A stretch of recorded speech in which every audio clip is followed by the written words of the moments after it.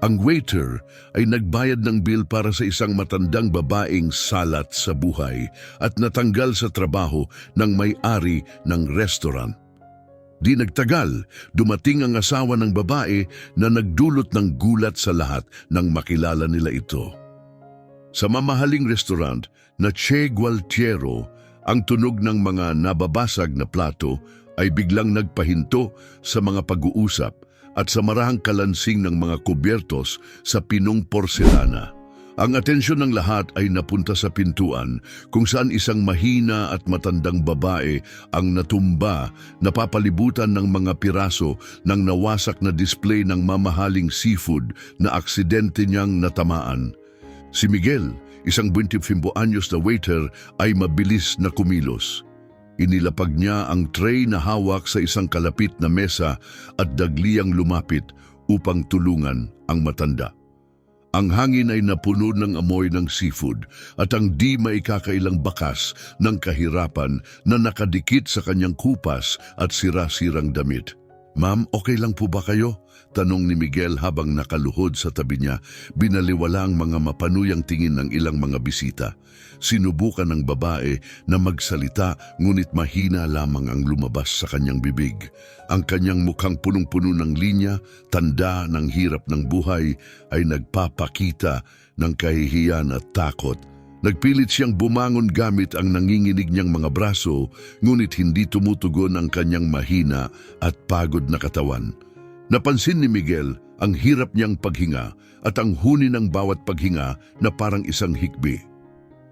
Inaatake siya ng hika, sabi ni Miguel, na naalala ang mga sintomas mula sa kanyang napag-aralan sa isang first aid class. Naging mas tense ang atmosfera sa restaurant. Ang mga bulungan ay napalitan ng mga nag-aalalang boses at sigaw ng kabalisahan. Tumawag ng ambulansya, sigaw ng isang babaeng naka-eleganting suit habang inilabas ang kanyang telepono sa gitna ng kaguluhan. Mananatiling kalmado si Miguel. Lumapit siya nang mas malapit sa babae at binigyan ito ng katiyakang boses. "Ma'am, ako po si Miguel at narito ako para tumulong. Subukan niyo pong huminahon at sumabay sa akin sa paghinga, okay po?" Tumango ang babae ng mahina. Ang kanyang mga mata ay nagpapakita ng pasasalamat at kaba. Tinuruan siya ni Miguel ng tamang paraan ng paghinga. Idinidiin ang bawat hinga upang tularan ng babae. Huminga po ng dahan-dahan sa ilong, 1, 2, 3. Ngayon, ilabas po ang hangin sa bibig, parang pinapatay ang kandila. 1, 2, 3, turo ni Miguel, nananatiling nakatitig upang mapanatili ang atensyon ng babae. Habang tinutulungan ni Miguel ang matanda, ang maitre d' ng restaurant na si Roberto, isang payat na lalaki, ay pilit na pinapanatili ang kaayusan sa mga bisita. Marami sa kanila ang tumayo upang makita ang nangyayari. "Mga ginoo at ginang, pakiusap, bumalik po kayo sa inyong mga upuan. Kontrolado na po namin ang sitwasyon," paulit-ulit na sabi ni Roberto, ngunit ang nanginginig niyang boses ay naglalantad ng kanyang kaba. Sa kusina, ang head chef na si Marcelo Ortega, isang matabang lalaki na kilala sa kanyang perpektong bigote, ay nagmamasid ng may interes mula sa likod ng mga swinging doors. "Anong nangyayari dito?" galit na tanong ni Marcelo habang namumula ang mukha mula sa init ng kalan at tumataas niyang pagkabahala. Tahimik ang silid, nakatuon pa rin ang lahat kay Miguel at sa matandang babae. Nagpatuloy si Miguel sa paggabay sa kanyang paghinga, nakaramdam ng ginhawa nang mapansin niyang humihina ang tunog ng kanyang hingal. "Ang galing niyo po," mahinang sabi ni Miguel, hawak ang manipis na kamay ng babae. "Patuloy lang po kayong huminga ng ganito, darating na ang ambulansya." Sa sandaling iyon, dumating si Rolando Perez, ang manager ng restaurant, mula sa kanyang opisina sa likod.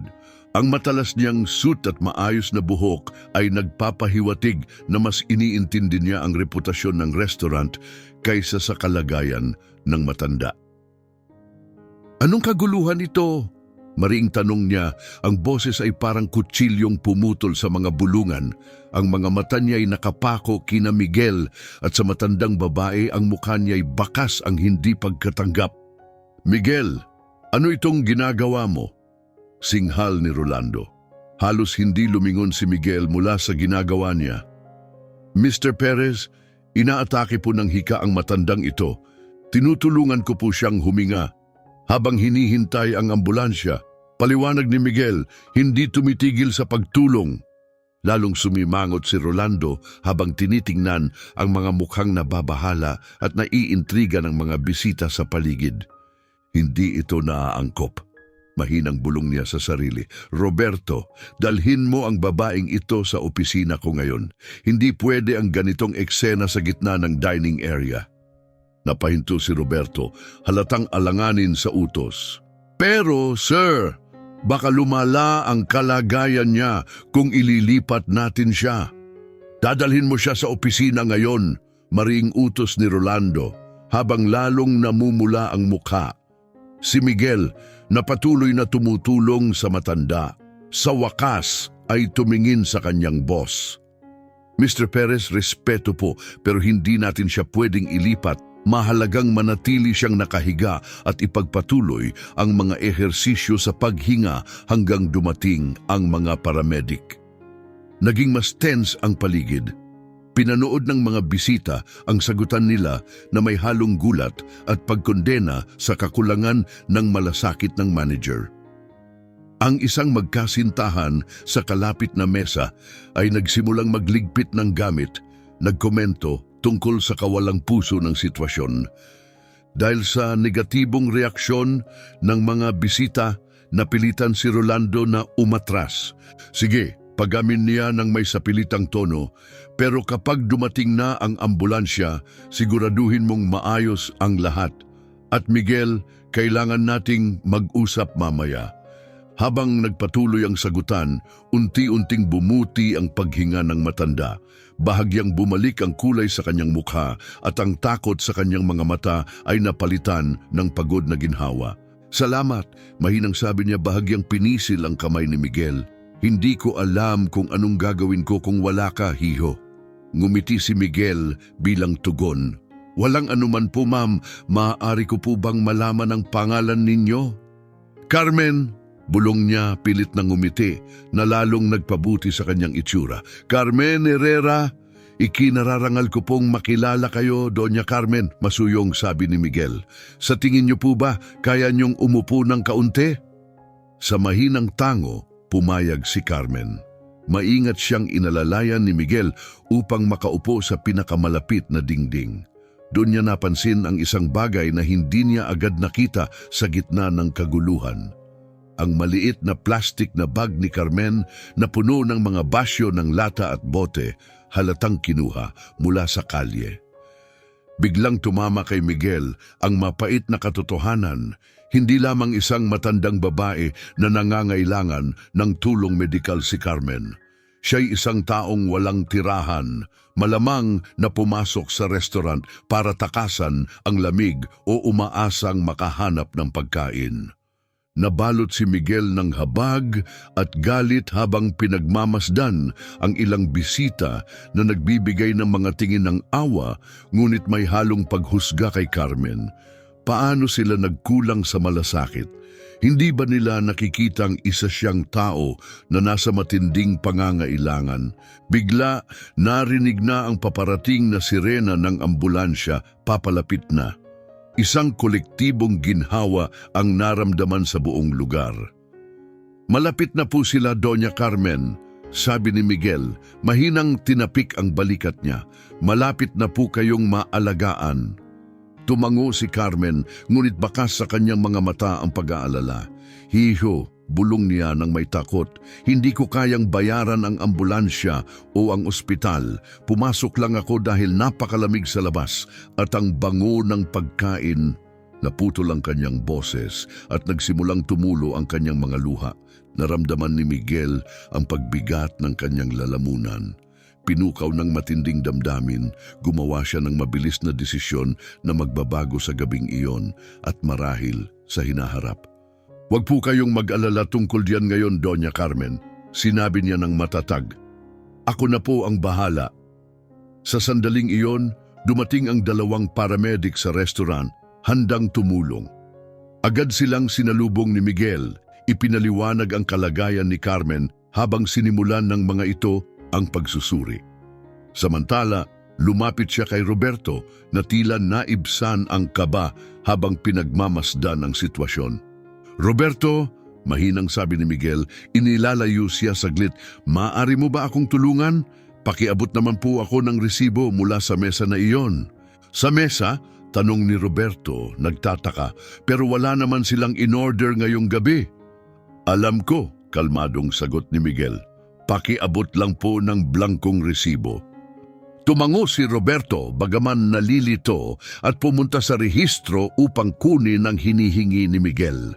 Habang tinapos ng mga paramedic ang kanilang pagsusuri, kinumpirma nilang ang kalagayan ni Carmen ay bumuti na, ngunit iginiit ang pangangailangan ng pagpapaospital para sa karagdagang pagsusuri at posibleng gamutan. Nagsimulang tumutol si Carmen ng mahina, ngunit mabilis siyang pinakalma ni Miguel. Ito ang mas makabubuti, Doña Carmen. Hayaan mong maalagaan kanila, mahina niyang hinimok. Sa isang paghinga ng pagsuko, pumayag si Carmen at maingat siyang iniangat ng mga paramedic sa stretcher. Sa sandaling iyon, bumalik si Roberto dala ang blangkong bill na hiniling ni Miguel. Kumuha si Miguel ng ballpen mula sa kanyang bulsa at matapang na isinulat ang 00. Halos lahat ng ipon niya na nakalaan para sa isang segunda manong motor, ngayoy inilaan para sa agarang pangangalaga kay Carmen. Inabot niya ang bill at debit card sa mga paramedic, sabay sabi, ito ang para sa transportasyon niya at ilang gastusin sa gamutan. Siguraduhin niyong makuha niya ang lahat ng pangangailangan niya. Namangha ang mga paramedic sa kanyang kagandahang loob at tumango ng may respeto. Isa kang mabuting tao, ani ng isa habang pinoproseso ang bayad. Si Carmen, lubos na naantig, ay inabot ang kanyang kamay kay Miguel. Pagpalain ka ng Diyos, binata. Mahina niyang sinabi na may luha sa mata. Hindi ko makakalimutan ang kabutihang ito. Marahang pinisil ni Miguel ang kamay ni Carmen. Magpagaling ka, Doña Carmen. Habang umaandar ang ambulansya sa tahimik na gabi, ang sirena nito'y pumunit sa katahimikan. Ang buong restoran ay nalugmok sa mataimtim na katahimikan. Ang mga parokyano'y nagbubulungan, halatang naantig sa ipinakitang sakripisyo at kabutihan. Nanatili si Miguel sa pintuan, nagmuni-muni sa mga naganap. Maya-maya naramdaman niya ang isang mabigat na kamay sa kanyang balikat. Paglingon niya, nakita niya si Rolando Perez. May halong inis at respeto sa kanyang mukha. Miguel, malamig na sabi ni Rolando, pumunta ka sa opisina ko. Ngayon, tumango si Miguel ng tahimik, handang harapin ang darating na pag-uusap. Batid niyang maaaring mahirap ito, ngunit kampanteng tama ang kanyang ginawa. Habang naglalakad si Miguel kasunod ni Rolando patungo sa likod ng restaurant, naramdaman niya ang mga titig ng kanyang mga kasamahan at parokyano. May ilang puno ng simpatya, ang iba'y nagtataka at ang ilan na may halong paghanga. Ang opisina ni Rolando ay maliit ngunit marangya, may mesa na yari sa makintab na mahogany at mga estanteng puno ng mga cookbook at mamahaling alak. Umupo ang manager sa likod ng mesa, sabay senyas kay Miguel na maupo sa harap nito. Miguel, panimula ni Rolando na magkasalikop ang mga kamay sa ibabaw ng mesa. Ang nangyari ngayong gabi ay medyo masalimuot. Umayos si Miguel sa kanyang upuan, handang ipaliwanag ang kanyang ginawa. Ginoong Perez, alam kong hindi ito normal na alituntunin pero kailangan ng tulong ng babaeng iyon. Hindi ko kayang. Pinutol siya ni Rolando sa pamamagitan ng pagtataas ng kamay. Ang mabilis mong pagkilos ay maaaring nakapagligtas sa buhay ng babaeng iyon. Kapuri-puri iyon. Huminto siya, ang mukha'y naging seryoso. Ngunit inilagay mo sa peligro ang reputasyon ng ating restaurant. Ang Che Gualtero ay kilala sa pagiging eksklusibo at para sa mga piling kliyente. Hindi natin maaaring payagan ang, sa madaling salita, mga taong walang kaukulang antas na pumasok at magdulot ng ganitong mga insidente. Sumiklab ang galit sa dibdib ni Miguel. Sa lahat ng respeto, Ginoo, ibig niyo bang sabihin na mas mahalaga ang reputasyon ng restaurant na ito kaysa sa buhay ng isang tao? Malalim na bumuntong hininga si Rolando, hinimas ang noo. Hindi ito ganoon kasimple, Miguel. Umaasa ang ating negosyo sa isang tiyak na imahe. Kung makita tayo bilang lugar na madalas ang kaguluhan, malaki ang mawawala sa atin. Mga parokyano, putol ni Miguel na halatang hindi makapaniwala. At kung mawalan tayo ng parokyano, mawawala ang trabaho, pati ang akin, tama? Yumuko si Rolando, ang boses ay naging mas matalas. Ipapaliwanag ko, pati ang pagbabayad mo ng bill ng babaeng yon gamit ang akala kong pondo ng restaurant ay teknikal na pagnanakaw. Gulat na tumingin si Miguel sa kanya, ramdam ang hapdi ng paratang.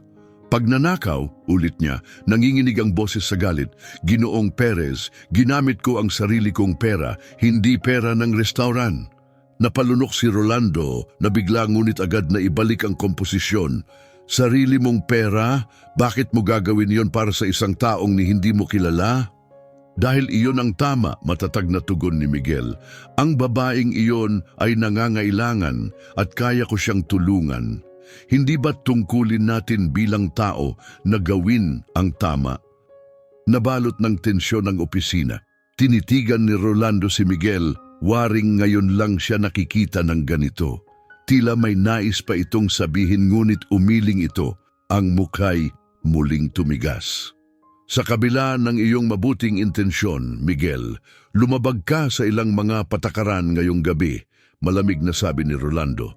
Pinapasok mo ang isang taong hindi tugma sa ating dress code, iniwan mo ang iyong pwesto ng walang pahintulot, at higit sa lahat nagdulot ka ng kaguluhan na nakaabala sa ating mga respetadong bisita. Sumabog ang pagkadismaya ni Miguel. Talaga? Mas nanaisin mo bang hayaan kong mamatay ang babaeng iyon sa harapan ng iyong kagalang-galang na restaurant? Hinding-hindi, mariing tugon ni Rolando sabay hampas sa mesa. Ngunit may iba pang paraan para ayusin ang sitwasyon nang hindi nagdudulot ng eksena. Maari mo sanang tawagan ng tulong medikal at maingat siyang naigabay palabas sa likuran. Palabas sa likuran? Ulit ni Miguel, hindi makapaniwala. Para bang basura siyang dapat itago? Ganun ba natin tratuhin ang mga nangangailangan ng tulong? Nang biglang tumayo si Rolando, namula ang kanyang mukha sa inis. Maging maingat sa pananalita mo, binata. Ako ang nakatataas sa iyo at nararapat mo akong igalang. Tumayo rin si Miguel, tumitig ng diretso kay Rolando. Ang respeto ay kailangang pinaghihirapan, Ginoong Perez, at sa totoo lang, nahihirapan akong igalang ang isang taong inuuna ang estado at imahe kaysa sa buhay ng tao. Mukhang malapit nang sumabog si Rolando sa galit, ngunit sa halip, tumawa siya ng mapanlait at muling naupo. Ikaw ay isang idealistang walang muwang, Miguel, sambit niya, may halong pagod sa kanyang boses. Nakikita mo ang mundo sa simpleng tama at mali, pero ang totoo'y mas komplikado ito.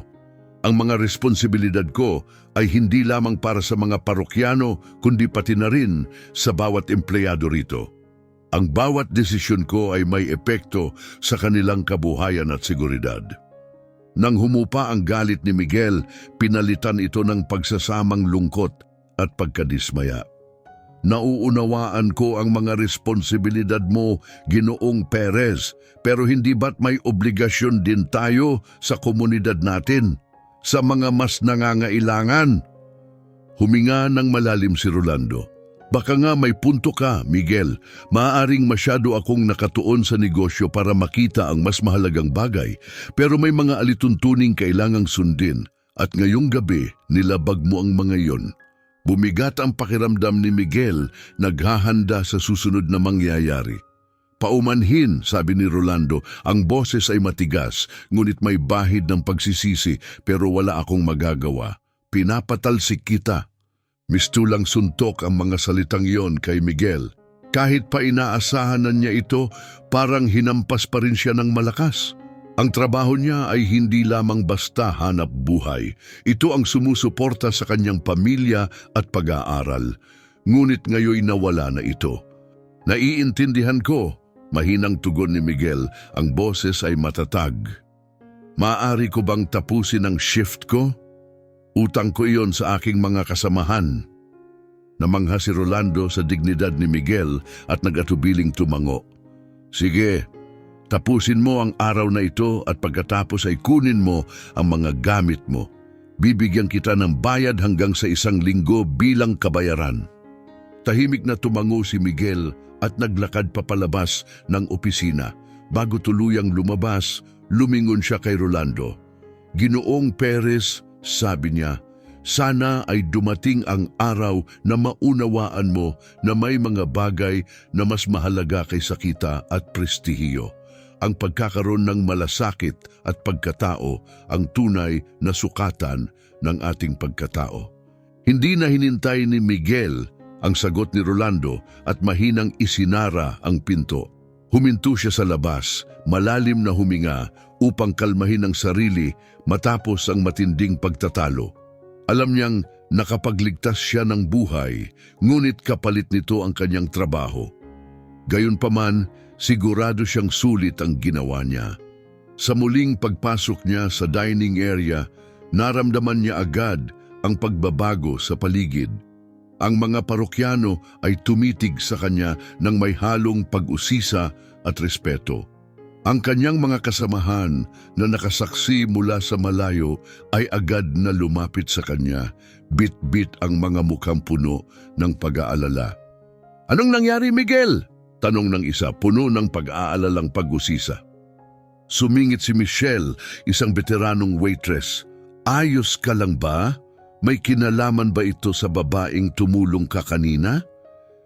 Isang mapait, ngunit magiliw na ngiti ang sagot ni Miguel. Sa isang paraan, oo, pinatalsik ako ni Ginoong Perez. Isang alon ng pagkadismaya ang bumalot sa grupo. Lumapit si Roberto, ang maitre d' na may mahigpit na tingin. Hindi makatarungan yan, mariin niyang sinabi. Ang boses ay mababa, ngunit puno ng damdamin. Hindi ka dapat tanggalin dahil tumulong ka. Kailangan nating gawin ang isang bagay, magwelga o... Inilagay ni Miguel ang kamay niya sa balikat ni Roberto upang pakalmahin ito. Pinahahalagahan ko ang inyong pagkakaisa, ngunit ayaw kong mapahamak kayo dahil sa akin. Napagdesisyonan ko nang tapusin ang shift ko ng may dignidad at pagkatapos ay tahimik akong aalis. Nagpalitan ng tingin ng kanyang mga kasamahan, puno ng pag-aalala at paghanga. Kilala si Miguel bilang masipag at masayahing empleyado at ang nangyari sa kanya ay malalim na nakaantig sa kanila. Habang tinutuloy ni Miguel ang kanyang mga gawain, may halong pagmamataas ang kanyang kalungkutan. Nanatili siyang tapat sa kanyang mga prinsipyo, anuman ang naging kapalit. Ngunit habang tumatakbo ang gabi, napagtanto niya na ang kabanatang ito ng kanyang buhay ay malayo pa sa pagtatapos at ang kanyang kabutihan ay magdudulot ng mga pagbabago sa kanyang buhay na hindi niya inaasahan. Mag-inuman tayo pagkatapos ng trabaho, suhestyon ni Ronnie, isa sa mga chef. Tama lang na bigyan ka namin ng maayos na pamamaalam. Napangiti si Miguel na antig sa kanilang alok. Salamat, mukhang maganda iyon. Matapos ang mahigpit na pakikipagkamay at mainit na salita ng suporta, nagkanya-kanya ang lahat sa kanilang mga gawain. Malalim na huminga si Miguel, Inihahanda ang sarili sa kung ano pa ang maaring mangyari sa natitirang oras ng gabi. Kung ito na ang huling gabi niya sa Che Gualtiero, sisiguraduhin niyang iiwan niya ang isang alaala na hindi nila makakalimutan. Lumapit siya sa kanyang unang mesa na may taos-pusong ngiti. Magandang gabi po. Ako si Miguel at ako ang mag-aasikaso sa inyo ngayong gabi. Ano po ang nais niyong inumin? Habang lumalalim ang gabi, hinarap ni Miguel ang kanyang mga gawain ng may bagong sigla at kasiyahan. Bawat pagkaing kanyang inihahatid, bawat pakikitungo niya sa mga customer ay naging patunay ng tunay na serbisyo. Hindi lamang ito tungkol sa pag-aabot ng pagkain at inumin. Ito'y tungkol sa pagbuo ng totoong koneksyon sa tao at pagpaparamdam sa mga bisita na sila'y mahalaga at pinapahalagahan. Napansin ng mga parokyano ang kanyang mas mataas na antas ng pag-aalaga. Marami ang nagpuri sa kanyang serbisyo. Pinansin ang kanyang positibong disposisyon at maingat na atensyon sa detalye. Ang ilan pa'y nakilala siya mula sa kanyang kabutihang ipinamalas sa matandang babae kanina at ipinahayag ang kanilang paghanga. Sa isang mesa, isang lalaking nasa gitna ng edad na nakasuot ng maayos na suit ang pumigil kay Miguel habang papaalis na siya matapos kunin ang mga order. "Pasensya na binata," sabi ng lalaki. Ang boses ay may malalim ngunit banayad na tono. "Ikaw ba ang waiter na tumulong sa matandang babae kanina?" Medyo nahiya si Miguel sa ilalim ng ganitong pagsusuri at tumango. "Opo sir, ginawa ko lang po ang nararapat sa aking kalagayan." Lumawak ang ngiti ng lalaki, nagpapakita ng tapat na respeto. "Maaaring totoo yon, pero ang ginawa mo ay kahanga-hanga. Kailangan ng mundo ang mas maraming tao na tulad mo." "Maraming salamat po sir," sagot ni Miguel, ang boses ay pinaghalong pagmamataas at kababaang loob. "Pinahahalagahan ko po ang inyong mabubuting salita." Habang papalayo si Miguel, nadama niya ang isang alon ng halo-halong emosyon, isang tamis na may halong lungkot, isang ironiya na siya'y labis na pinupuri sa mismong gabi ng kanyang pagkakatanggal. Ngunit sa kabila ng ironiya, natagpuan niya ang isang kakaibang kapanatagan, alam sa kanyang kalooban na tama ang kanyang ginawa at na higit na mahalaga ito kaysa anumang trabaho. Habang papalapit na sa pagtatapos ang gabi sa restaurant, nililinis ni Miguel ang isang mesa nang mapansin niya si Rolando na lumalabas mula sa kanyang opisina. Lumapit ang manager na may matatag na hakbang. Inihanda ni Miguel ang sarili para sa isa pang mahirap na pag-uusap, ngunit nagulat siya nang makita ang hindi galit kundi isang komplikadong halo ng pagsisisi at pagninilay sa mukha ni Rolando. "Miguel," mahinang sabi ni Rolando, "maari ba tayong mag-usap?" Nag-usisa si Miguel at tumango, sinusundan si Rolando sa isang tahimik na bahagi ng restaurant. "Pinag-isipan ko ang mga nangyari ngayong gabi." Panimula ni Rolando, iniiwas ang tingin. "Maaaring naging masyado akong mahigpit." Tahimik na nakinig si Miguel. Binibigyan si Rolando ng pagkakataong magpatuloy. "Ang pagtulong mo sa babaeng iyon ay kahanga-hanga." Pag-amin ni Rolando, lumalambot ang boses. "At tama ka, may mga bagay na mas mahalaga kaysa sa kita at reputasyon.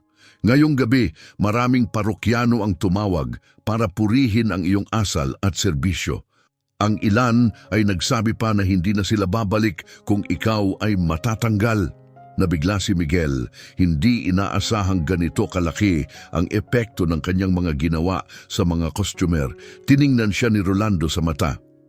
"Kung bukas ka rito, nais kong ialok muli sa iyo ang iyong trabaho. Kailangan namin ng mga tulad mo rito, yung may prinsipyo at malasakit." Napahinto si Miguel, naguguluhan. Bahagi ng kanyang sarili ang nais tanggapin ang alok para bumalik sa katiyakan at kalimutan ang gulong naganap. Ngunit isang mas malakas na bahagi ng kanyang sarili, pinalakas ng mga natutunan ngayong gabi, ang alam na hindi na siya maaaring bumalik. Maraming salamat po, Ginoong Perez, sagot ni Miguel matapos ang ilang sandali. Tunay na pinahahalagahan ko ang inyong alok, ngunit malinaw na nagbago na ang lahat. Hindi ko po kayang manatili sa isang lugar na taliwas sa aking mga pinahahalagahan o kung saan ang tao ay hinuhusgahan batay sa mababaw na pamantayan. Tumango si Rolando, waring inaasahan na ang ganoong tugon. Ginagalang at nauunawaan ko ang iyong desisyon, Miguel. Ang iyong pagkatao ay magdadala sa iyo sa tagumpay. Aniya, inabot ang kamay. Pagpalain ka sa lahat ng iyong gagawin at salamat sa pagpapaalala sa akin ng ating tunay na mga prioridad. Nagkamayan si Miguel at si Rolando, nagbago ang kanilang relasyon dahil sa kanilang pinagdaanan. Maraming salamat po, Ginoong Perez, sabi ni Miguel, sa oportunidad na makapagtrabaho dito at sa makabuluhang pag-uusap na ito. Sana'y magtagumpay at maging mas mapagmalasakit ang Che Gualtiero. Sa huling pakikipagkamay, naghiwalay ang kanilang landas. Bumalik si Miguel sa kanyang mga gawain, determinado na tapusin ang kanyang huling shift ng may parehong dedikasyon at kasigasigan na ipinakita niya sa unang araw, sumasalamin sa malalim na mga aral ng gabing iyon. Habang nililinis ni Miguel ang huling mesa ng gabi, nilapitan siya ng isang babae na may mainit at masiglang ngiti. Ang kanyang mga mata ay puno ng kabaitan at malasakit. Magandang gabi, binata, bati nito. Ako si Dr. Aquino, ang doktor ni Doña Carmen. Hindi siya tumitigil sa kakasalita tungkol sa iyo. Naramdaman ni Miguel ang pamumula ng kanyang pisngi dahil sa hiya. Nakakagaan po ng loob na malaman na bumubuti na ang kanyang kalagayan, sagot niya nang may kaunting pagkamahiyain sa boses. Tumango si Dr. Aquino nang may pagsang-ayon. Malaki ang naitulong mo sa kanyang paggaling. Hiniling niya sa akin na personal na ipaabot sa iyo ang kanyang taus-pusong pasasalamat sa iyong tapang at mabilis na pagkilos. Ang iyong mga ginawa sa isang kritikal na sandali ay tunay na kahanga-hanga. Patuloy niya ang boses puno ng paghanga. Kapansin-pansin kung paano ka tumugon upang tumulong sa isang taong nangangailangan. Bumalik sa isipan ni Miguel ang mga salita ni Doña Carmen habang nagsasalita si Dr. Aquino. Ang iyong kabaitan ay hindi lamang nagligtas sa aking buhay, kundi nagbigay din sa akin ng pagkakataong magmuni-muni sa mga tunay na mahalaga sa mundong ito. Lumambot ang ngiti ni Miguel at naramdaman niya ang isang malalim na kasiyahan habang nauunawaan ang epekto ng kanyang mga ginawa. Mas maraming buhay ang naantig nito kaysa sa kanyang inakala. Pagpasok ni Miguel sa waiting area, napansin niya ang isang matangkad at prominenteng lalaki na tumayo mula sa kanyang upuan upang batiin siya na may nakalahad na kamay. Ikaw pala ang batang bayani na madalas kong naririnig, sabi ng lalaki nang may init at pagtanggap. Ang kanyang boses ay malalim at magiliw. Ako si Fernando Diaz, asawa ni Carmen. Hinawakan ni Miguel ang kamay nito. Naramdaman ang lakas ng pagkakahigpit at napansin ang mamahaling relo sa pulso ng lalaki. Ikinararangal ko pong makilala kayo, Ginoong Diaz. Ako po si Miguel Romero. Alam kong sino ka, sagot ni Fernando na may ngiti. Palagi kang pinupuri ni Carmen simula nang siya'y gumaling at ang kabayanihan mo ay umabot na rin sa balita. Medyo nahiya si Miguel. Wala po yun, Ginoo. Sino man sa aking kalagayan ay gagawin rin ang parehong bagay. Mabilis na sumagot si Carmen, ang tono nito ay matatag. Doon ka nagkakamali. Hindi lahat ay handang isugal ang trabaho para tumulong sa isang estranghero. Ang iyong ginawa ay tunay na kahanga-hanga at iyon ang dahilan kung bakit gusto ka naming makilala. Umupo si Miguel sa tapat nila, nagtataka kung saan patungo ang usapan. Gusto niyo akong makilala? Maaari ko bang malaman kung bakit? Nagpalitan ng tingin sina Fernando at Carmen bago sumagot ang lalaki. Miguel, panimula niya, ang boses ay naging seryoso. May isang mahalagang bagay na dapat mong malaman tungkol sa amin. Ang aking asawa at ako hindi eksaktong tulad ng inaakala mo. Nalito si Miguel. Hindi ko po yata maintindihan, Gino. Nagpatuloy si Carmen. Ang tono nito ay banayad ngunit matibay. Ang ibig sabihin ni Fernando ay hindi talaga kami mga taong walang tirahan. Sa katunayan, kami ay may kaya. Para bang nagbago ang mundo sa paligid ni Miguel matapos ang revelasyon? Ngunit kung ganon, bakit? Tumango si Fernando handang magpaliwanag. Bakit magpapanggap ang aking asawa bilang isang taong lansangan at susubukang pumasok sa isang mamahaling restoran? Malalim siyang huminga. Mahabang kwento ito, ngunit nararapat mong malaman. Sa sumunod na kalahating oras, isinalaysay ni Fernando at Carmen ang isang kwento na maaring makipagsabayan sa kahit anong katang-isip. Si Fernando ay isang matagumpay na negosyante na yumaman sa real estate.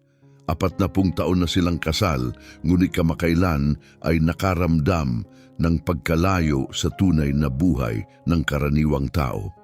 Napagtanto naming masyado na kaming nakahiwalay sa aming marangyang mundo, na papalibutan ng mga tao na interesado lamang sa aming kayamanan, paliwanag ni Carmen. Nais naming muling makonekta sa aming pinagmulan at maunawaan kung paano tinatrato ng lipunan ang mas mahihirap. Kaya't nagsimula kami ng isang social experiment, dagdag ni Fernando. Magpapanggap si Carmen bilang isang taong walang tirahan at susubukang pumasok sa mga eksklusibong lugar. Layunin naming makita ang reaksyon ng mga tao at sana'y makatagpo ng isang tunay na may malasakit. Tahimik na nakikinig si Miguel, litong-lito sa mga narinig. Isang tanong ang pumasok sa kanyang isip. Ngunit, Doña Carmen, ang inyong asthma attack ay totoo. Siguradong hindi iyon bahagi ng plano. Malungkot na ngumiti si Carmen. Oo, hindi iyon plano. Mayroon akong chronic asthma at ang stress nung araw na yon ang nag-trigger ng aktwal na episode. At doon ka naging tunay naming anghel, sabi ni Fernando. Maingat na inilagay ang kamay sa balikat ni Miguel. Ang ginawa mo ay higit pa sa aming inaasahan. Hindi mo lang tinulungan ang aking asawa sa kanyang tunay na pangangailangan, isinakripisyo mo pa ang iyong trabaho at personal na ipon para sa isang taong akala mo'y isang estranghero. Tahimik na nakaupo si Miguel, pinoproseso ang lahat ng narinig. Halo-halo ang kanyang emosyon. Nadama niyang nalinlang, ngunit nauunawaan niya ang layunin ng mag-asawa. Naiintindihan ko ang inyong dahilan, sa wakas ay sinabi niya. Ngunit bakit ninyo lahat ito ipinagtapat sa akin ngayon? Nagpalitan muli ng makahulugang tingin sina Fernando at Carmen bago sumagot si Fernando. Nais naming bumawi sa iyo, Miguel, aniya. Higit pa sa pagtulong sa aking asawa, naging huwaran ka ng kung ano ang dapat maging sangkatauhan. Gusto ka naming alukin ng trabaho sa aming kumpanya. Nanlaki ang mga mata ni Miguel, gulat. Trabaho? Ngunit hindi niyo po alam ang aking kakayahan. Kilala namin ang pinakamahalagang katangian, mabilis na dagdag ni Carmen. Ang iyong malasakit, tapang at integridad ay mga katangiang hindi basta naituturo. Tumango si Fernando sa pagsang-ayon. Bukod sa aking real estate ventures, pinamamahalaan ko rin ang isang foundation na tumutulong sa mga taong walang tirahan. Batay sa iyong ginawa, naniniwala akong magiging mahusay kang project coordinator. Ang iyong empatiya at dedikasyon ay malaking tulong sa aming mga proyekto. Hindi ka agad nakapagsalita si Miguel. Ang alok ay tila napakaganda upang maging totoo, ngunit may bahagi ng kanyang kalooban na nagdadalawang isip. Napakabuting alok, maingat niyang sinabi. Ngunit kailangan ko pong pag-isipan kung tama ito para sa akin. Ang tulong na ibinigay ko noong araw na iyon ay hindi upang may makuha kapalit. Nauunawaan ng kanyang agam-agam, maingat na hinawakan ni Carmen ang kanyang kamay. Iyan mismo ang dahilan kung bakit naniniwala kaming ikaw ang tamang tao para sa posisyong ito. Hindi ito charity, Miguel. Ito'y pagkakataon para maipagpatuloy mo ang iyong hilig sa pagtulong sa iba. Sumingit si Fernando, isipin mo ang epekto na maaari mong magawa, Miguel. Sa mga resources na ibibigay namin, maaari kang magbigay ng malaking pagbabago sa buhay ng mas maraming tao. Tahimik na nag-isip si Miguel, sinasala ang alok. Matagal na niyang hinangad ang mas makabuluhang kontribusyon sa komunidad, ngunit kulang sa mga kakayahan para gawin iyon. Marahil ito na ang pagkakataong matagal ko nang hinihintay, inisip niya. Maari po bang makahingi ng oras para pag-isipan ito? Sa wakas ay tanong niya. Malaking desisyon po ito at nais kong siguraduhin. Siyempre, sagot ni Fernando, inilabas ang isang business card at iniabot ito kay Miguel. Maglaan ka ng oras. Narito kung paano mo ako makokontak. Mag-usap tayo muli kapag napagdesisyunan mo na. Tinanggap ni Miguel ang card. Ramdam ang bigat ng desisyong kailangang gawin. Nang mga oras ding iyon, tumunog ang kanyang telepono sa dami ng mga notification at mensahe mula sa mga hindi kilalang numero. Mukhang sikat ka na ngayon, puna ni Carmen na may ngiti. Tiningnan ni Miguel ang kanyang telepono at napabuntong hininga. Mukhang ganun na nga, sabi niya habang inilalagay ito sa bulsa. Pero hindi ko pa alam kung ano ang gagawin sa atensyong ito. Marahil maaari mong gamitin ang bagong natamong visibility na ito sa mabuting paraan, mungkahi ni Fernando. Ang iyong kwento ay nagbigay inspirasyon sa marami. Maaari mong gamitin ang platapormang ito upang i-highlight ang kalagayan ng mga taong walang tirahan at itaguyod ang mga paraan kung paano makakatulong ang lahat sa paggawa ng pagbabago. Nakinig si Miguel, nararamdaman ang bigat ng sitwasyon. Tama ka, nakakabigla, inamin niya. Kahapon lang, isang simpleng waiter ako na nahihirapan upang makaraos. At ngayon, naging ilaw ka ng pag-asa para sa marami. Pinatibay siya ni Carmen ng may pag-aaruga. Mabigat na responsibilidad ito, pero sigurado akong handa ka na para dito. Napaputol ang kanilang pag-uusap nang pumasok ang isang nurse sa silid. Pasensya na, tapos na ang oras ng bisita. Kailangan ni Mrs. Diaz ng pahinga. Tumayo si Miguel at iniabot ang kamay kay Fernando at Carmen. Salamat sa lahat sa pagbubunyag at sa kahangahangang alok na ito, taos-pusong sinabi niya. Pag-iisipan ko ito ng mabuti. Umaasa kaming marinig mula sa iyo sa lalong madaling panahon, sagot ni Fernando habang nagbibigayan sila ng kamay. Habang naglalakad si Miguel palabas ng ospital, naramdaman niyang puno siya ng pananabik, isang pakiramdam na ang buhay niya ay malapit ng magbago ng malaki. 15 minuto matapos niyang umalis sa silid ni Carmen, biglang napuno ang pasilyo ng ingay at aktibidad.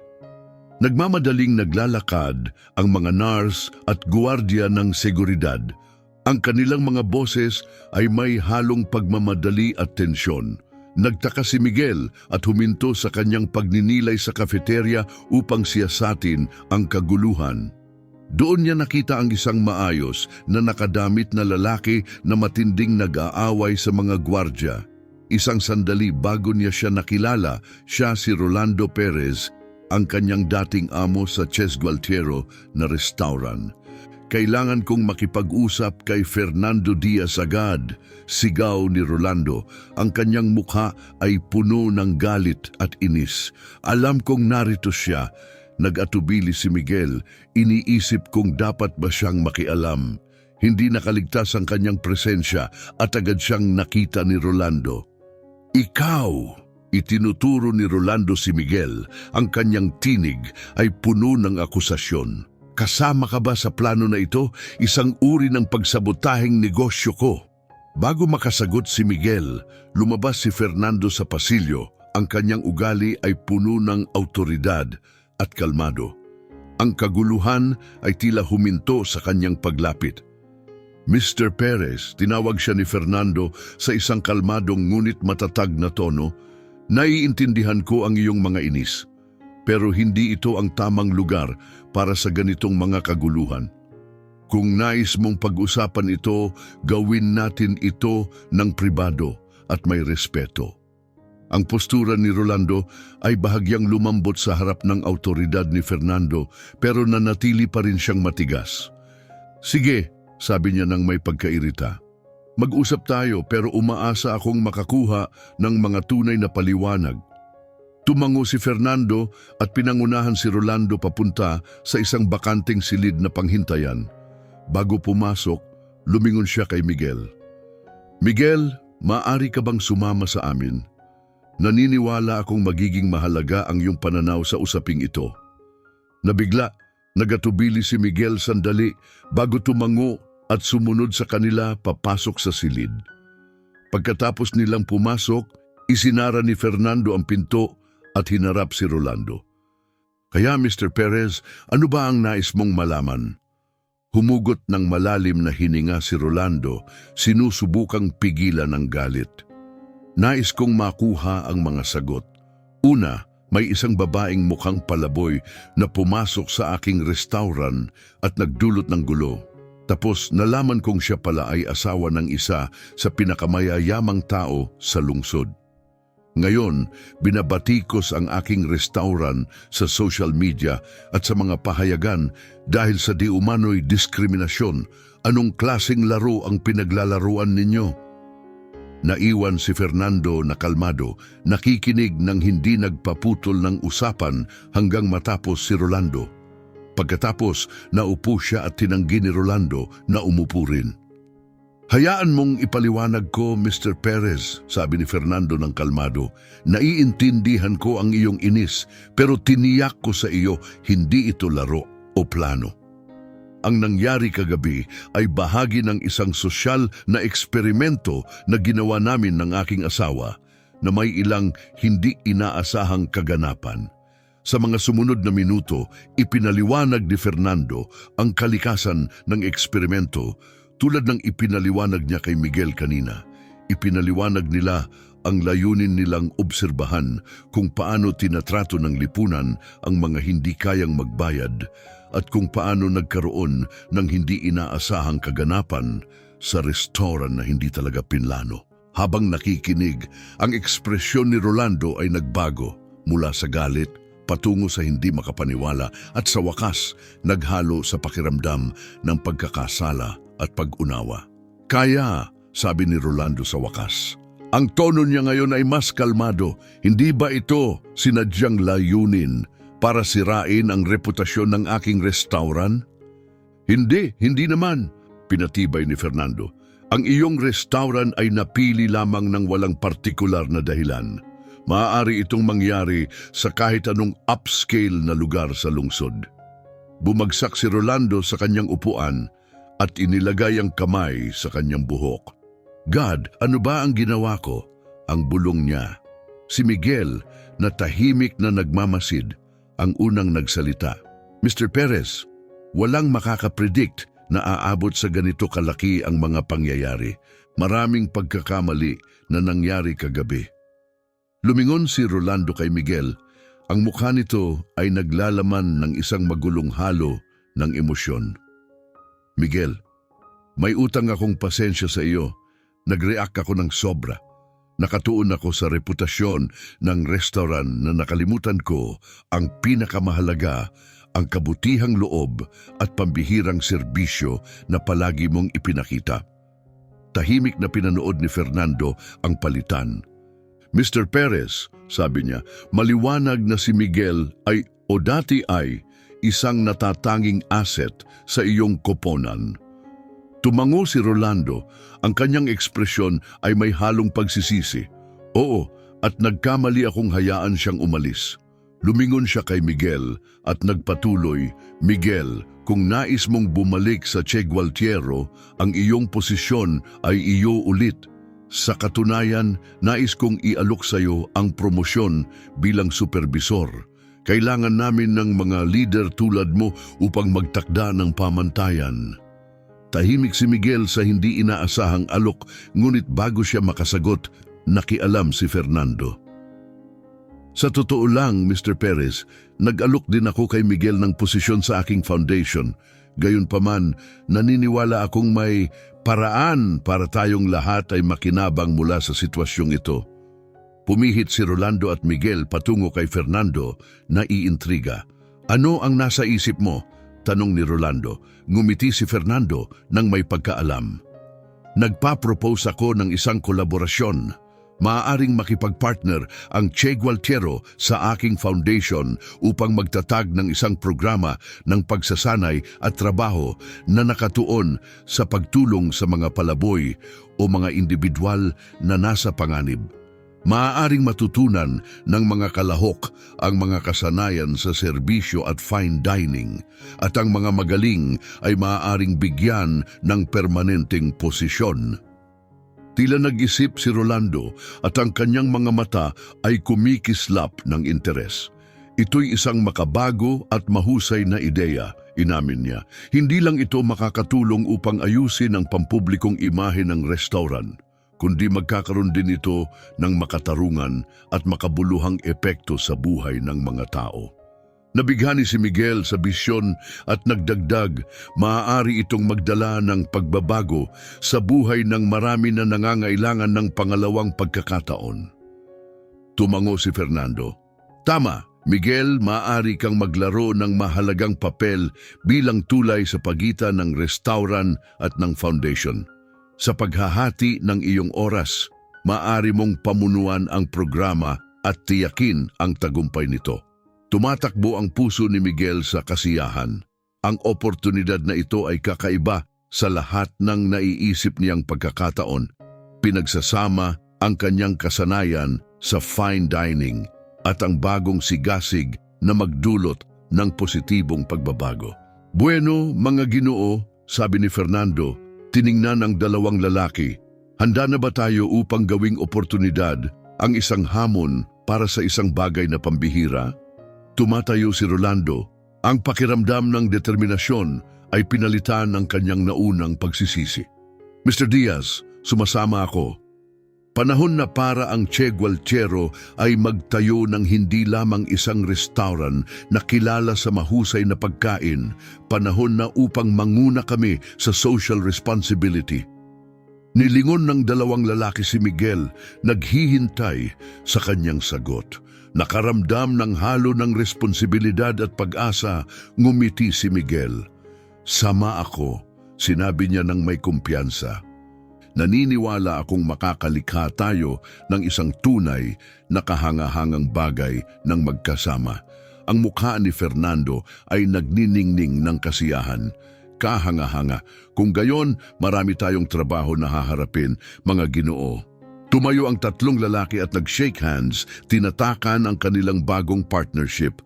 Pagkabukas ng pinto, pumasok si Carmen kasama ang isang nurse sa kanyang gilid. Namit ko ba ang isang mahalagang bagay? Tanong niya ng may biro, ang tono niya ay magaan. Lumapit si Fernando kay Carmen, hawak ang kanyang kamay ng mainit. Mahal, ang ating maliit na eksperimento ay nagbunga ng mga resulta na higit pa sa ating inaasahan. Habang ipinaliwanag ni Fernando ang bagong plano sa kanyang asawa, tahimik na nakatayo si Miguel, nagninilay-nilay tungkol sa kung paano isang maliit na kabutihang loob ang nagpasimula ng isang serye ng mga kaganapan na maaaring magbago ng maraming buhay. Napagtanto niyang kahit ang pinakamaliit na aksyon ay maaaring magdulot ng malalim at pangmatagalang pagbabago. Sa mga sumunod na linggo, ang kwento ni Miguel, Carmen at ang mga kaganapan sa Che Gualtiero ay naging pambansang sensation. Ang isang bagay na maaaring maging isyu ng diskriminasyon ay naging isang kwento ng pangalawang pagkakataon, pagbabalik loob at ang makapangyarihang lakas ng habag. Nagtagumpay ang training program at tinanggap ni Miguel ang kanyang papel bilang tulay sa pagitan ng restaurant at ng foundation. Pinanood niya habang ang mga taong na marginalize ay nakahanap ng bagong layunin, nakakamit ang kumpiyansa at dignidad sa pamamagitan ng kanilang trabaho. Si Rolando, na dati abala sa hitsura at prestihyo, ay naging isang vocal na tagapagtaguyod ng corporate social responsibility. Ang Che Gualtiero ay naging leader sa industriya, pinapakita na ang luxury at social consciousness ay maaaring magsama. Si Fernando at Carmen ay nagpatuloy sa kanilang mga philanthropic efforts nang may bagong layunin, mas malalim ang kanilang dedikasyon sa mga komunidad na nangangailangan.